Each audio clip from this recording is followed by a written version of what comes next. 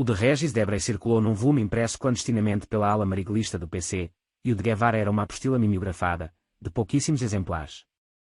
Mesmo o de Barchet, Amorim escreve Bolcher, mas a grafia certa é Barchet, que saiu por uma editora comercial, Civilização Brasileira, teve tiragem reduzida e logo foi apreendido, sobrando em circulação uns poucos exemplares que os militantes de esquerda disputavam a tapa.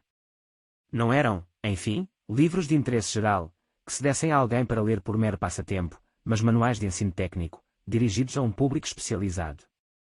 Transmitir esses livros aos bandidos é algo mais do que manifestar uma intenção de ensinar guerrilha, é realizar essa intenção.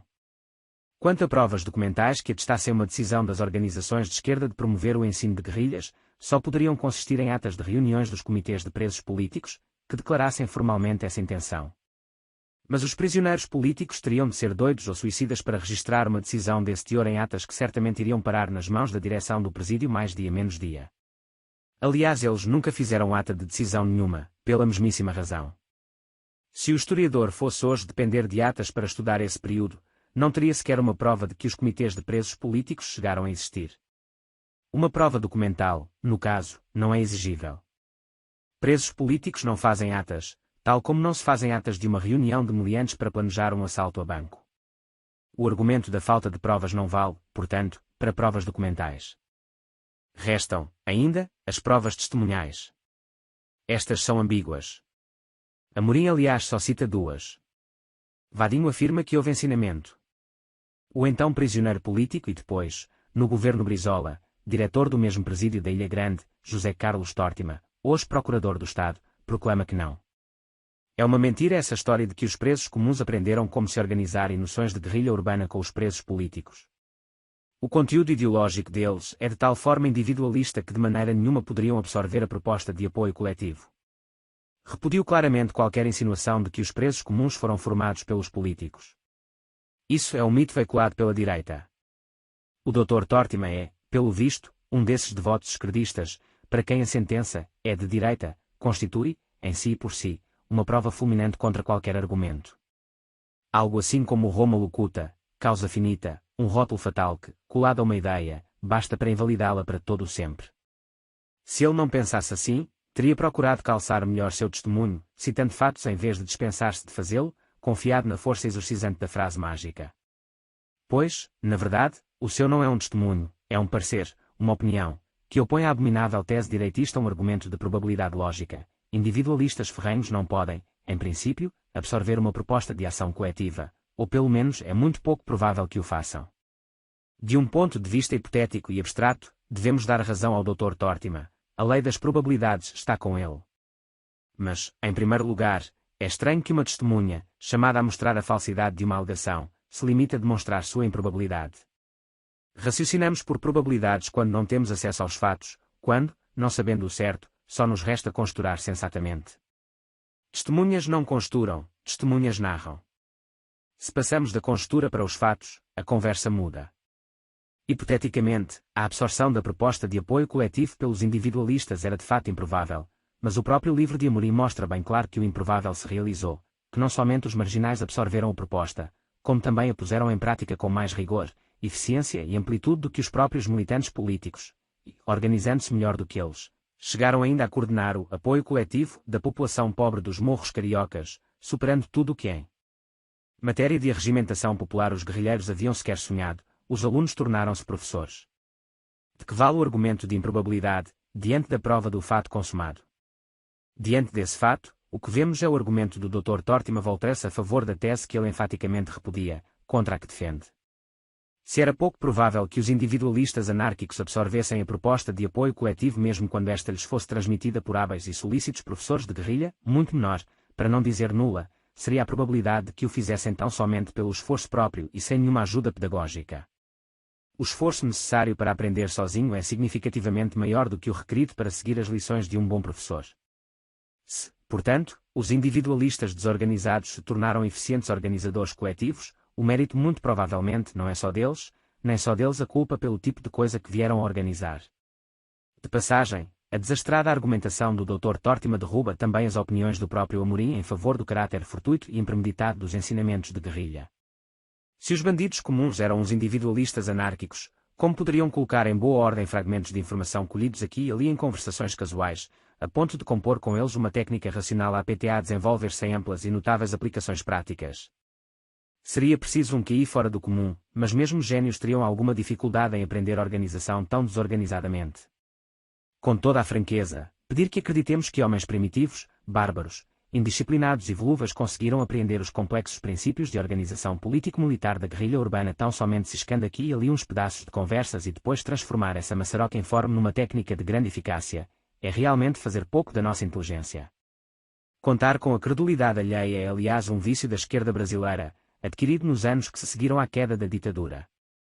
A revelação das torturas, dos cadáveres escondidos, confirmando denúncias que antes a opinião oficial desqualificava como invencionices de agitadores, desmoralizou a direita e levou às alturas a credibilidade da esquerda. Desde então esta vem abusando do crédito para nos fazer engolir patranhas e calúnias de toda sorte, sem outra garantia senão a de terem sido proferidas por quem nos disse a verdade uma vez. Até quando as atrocidades da direita serão fiadoras das mentiras da esquerda? O que o Dr. Tortiman nos impinge como testemunho não poderia mesmo valer nada, pois a testemunha saiu da cadeia em 1971, antes, portanto, da fase decisiva de formação do Comando Vermelho, sobre a qual ele sabe só o que leu nos jornais, se é que os leu. Isto aliás confirma o caráter muito provavelmente calunioso de insinuações que o acusem de envolvimento pessoal no ensino de guerrilha aos bandidos. Mas o fato de ele estar inocente não o qualifica para inocentar outros, dos quais nada sabe. Qual, no entanto, o esquerdista brasileiro que recusará falar em público sobre um assunto do qual ignora tudo, se o convite lhe servir de ocasião para dar umas alfinetadas na direita? Acreditar que o testemunho do Dr. Tortiman baste para absolver alguém além dele mesmo exigiria que a nossa fé removesse montanhas. Destituídos da fé, façamos algo que, no Brasil de hoje, se tornou sinal de impiedade: raciocinemos. Raciocínio e, o livro de Carlos Amorim informa que os militantes esquerdistas, uma vez encarcerados, procuraram fortalecer a unidade disciplinar de suas organizações, para poderem resistir ao ambiente hostil. De outro lado, o mesmo livro deseja que acreditemos que homens assim afeitos a uma disciplina espartana deixaram escapar, em amenas conversas informais com os detentos comuns, todos os segredos de técnica militar e de organização política que constituíam o sangue e os nervos da Revolução. Quer que acreditemos que esses homens de ferro, capazes de resistir à tortura física e psicológica para não entregar nenhum segredo aos policiais, deram tudo aos bandidos, de mão beijada, por mera desatenção, que de conversa em conversa foram deixando vazar teoria marxista, princípios de agitprop, técnicas militares, métodos de organização, enfim todo o conhecimento de guerrilha urbana então disponível, sem jamais se dar conta de que estavam ensinando guerrilha nem ter a mais mínima intenção de fazê-lo. Nunca ouvi uma coisa mais doida na minha vida. Raciocínio e, se, ao contrário dos presos comuns, individualistas anárquicos, os militantes eram socializados, politizados e disciplinados, então certamente nada faziam de importante sem prévia consulta ao coletivo. Logo, das duas uma, ou a transmissão de ensinamentos de guerrilha aos bandidos foi autorizada pelo coletivo, ou foi feita em flagrante desobediência à sua proibição. Nesta última hipótese, devemos entender que, malgrado o alto grau de politização ali reinante, reinava também a mais completa anarquia, de modo que o coletivo não conseguia controlar as veleidades individuais de seus membros e os deixava à solta para que, como verdadeiros individualistas anárquicos, fizesse cada qual o que bem lhe desse na talha. É claro que, neste último caso, os presos políticos não teriam podido resistir às pressões do ambiente nem muito menos fazer, como disse o Dr. Tortiman, que os bandidos se acomodassem às nossas regras. Então não há dúvida, transmitir aos bandidos ensinamentos de guerrilha não pode ter sido uma decisão deixada ao arbítrio individual. Amorim diz muito claro que, pelo menos a partir de 1975, etapa decisiva na formação do Comando Vermelho, as relações entre presos comuns e presos políticos não se davam de indivíduo a indivíduo, mas de comitê a comitê. Raciocínio e, se os livros, os manuais de guerrilha, estavam proibidos de circular em todo o território nacional, muito mais o estavam entre os muros da prisão. Introduzi-los ali e fazê-los circular, mesmo exclusivamente entre militantes, era grande temeridade. Transferi-los a bandidos comuns, gente isenta de qualquer compromisso ideológico e de toda confiabilidade moral, era certamente expor-se a risco de delação, a não ser que houvesse um acordo prévio entre o comitê dos políticos e o dos presos comuns, com previsão de graves sanções contra os faltosos. Hipóteses contrárias, só há duas: ou os presos políticos entregavam aos bandidos obras de Che Guevara e Carlos Marighella por mero descuido, folgadamente como quem distribui a crianças exemplares de Luluzinha e Tio Patinhas, ou então os presos comuns é que tinham um organizadíssimo serviço de espionagem capaz de burlar a vigilância dos políticos e surrupiar uns quantos exemplares das obras explosivas ciosamente guardadas. Mas, se era improvável que militantes tão descuidados sobrevivessem na Ilha Grande, muito mais o seria que os individualistas anárquicos lograssem montar um serviço de espionagem tão eficiente. O testemunho de Tortima e as opiniões de Amorim, portanto, caem por terra. O que fica de pé é a narrativa de Amorim, a sustentar, com eloquência terrível, a conclusão que o autor não quis endossar pessoalmente, ou os militantes de esquerda ensinaram guerrilha aos bandidos com um propósito deliberado, ou então a aquisição desse conhecimento pelos líderes do Comando Vermelho é o mais prodigioso milagre de absorção espontânea já registrado nos anais da pedagogia universal. Deixo esta hipótese para os adeptos da tese segundo a qual Deus é brasileiro. Quanto à outra, resta discutir se o propósito dos esquerdistas foi cooptar os bandidos para a luta armada sob seu comando ou simplesmente o de vingar-se pela derrota da guerrilha deixando para o governo militar a semente do futuro tormento do banditismo organizado. Pode ter sido uma mistura das duas coisas. Alguns policiais apostam na primeira, jurando que o Comando Vermelho é uma extensão e recrudescimento da guerrilha urbana, um novo braço armado das esquerdas. Esta certeza tem o mesmo fundamento daquela do Dr. Tortima, uma opção ideológica prévia que faz ver tudo torto, ou tórtimo. Deixarei esta questão para outra oportunidade, advertindo apenas que ela não pode ser resolvida pelo método das apostas sentimentais. Mas, qualquer que tenha sido o caso, uma coisa é certa, se os militantes da esquerda armada treinaram bandidos guerrilheiros dentro da prisão, os da esquerda desarmada, fora dela, estão dando seguimento coerente à sua iniciativa, na medida em que ajudam o Comando Vermelho a conquistar uma posição de força como liderança popular, legitimada artificialmente, e o integram assim na estratégia global da esquerda, já não como força militar, e sim política.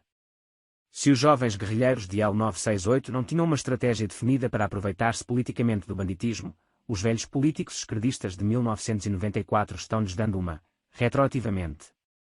Não se trata de uma ponte entre gerações, é que estes velhos, simplesmente, são aqueles jovens, adestrados pelo tempo. Os jovens matavam e roubavam pela revolução, os velhos tiram dividendos políticos de assaltos e homicídios praticados por outros. Servem-se do banditismo duplamente, ao protegê-lo e ao denunciá-lo. No primeiro caso, ganham, ou pelo menos tencionam ganhar, os votos da população pobre, que supõem obediente ao Comando Vermelho. No segundo, servem-se dele como pretexto para denunciar a corrupção da sociedade capitalista. Alimentam o mal para poder acusá-lo, o que é, sem exagero, o tipo da malícia propriamente diabólica, imitando o tinhoso no seu duplo e inseparável papel de tentador e acusador. Se a ideia de cooptar os bandidos para a luta armada era uma fantasia insensata, se o desejo de vingar-se da ditadura era uma pirraça juvenil, uma esquerda mais madura e experiente está sabendo reaproveitar e tirar vantagem política daquilo que, entre névoas, foi gerado na Ilha Grande. A quem poderia ser doce esse fruto senão a quem, de olho no futuro, plantou a sua semente?